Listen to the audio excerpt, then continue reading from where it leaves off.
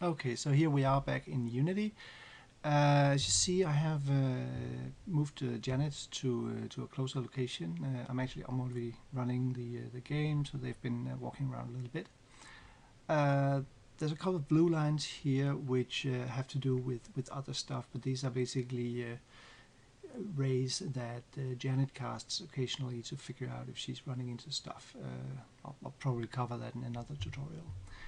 But let's see what happens when this zombie walks up to the platform here and turns around and starts walking down the platform and eventually spots Janet.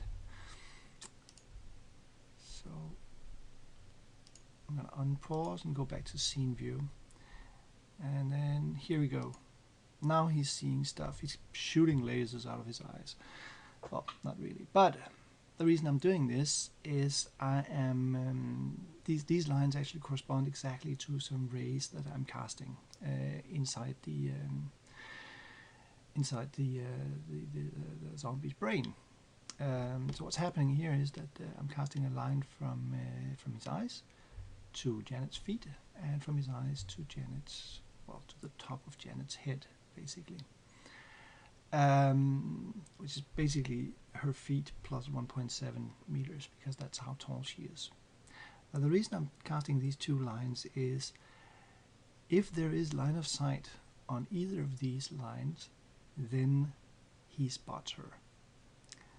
Now, I do realize that if she's hiding behind, say, a low wall, and her head is also hidden by something, then even though her stomach is visible to him, he'll actually not spot her.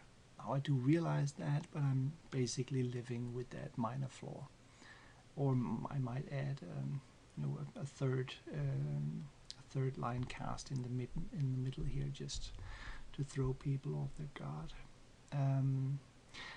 So that's basically it. Oh yeah, and of course if we look at this from up top, you can see that the angle that's between his forward vector and seeing her is not very, it's not very big.